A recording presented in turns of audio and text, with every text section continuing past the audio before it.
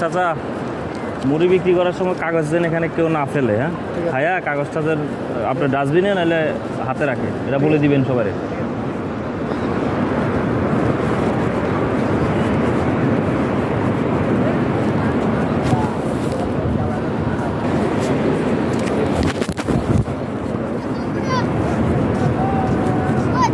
জালমুড়ি একবার বলে গেছিলাম নাকি যাতে ময়লা কেউ এখানে না ফেলে।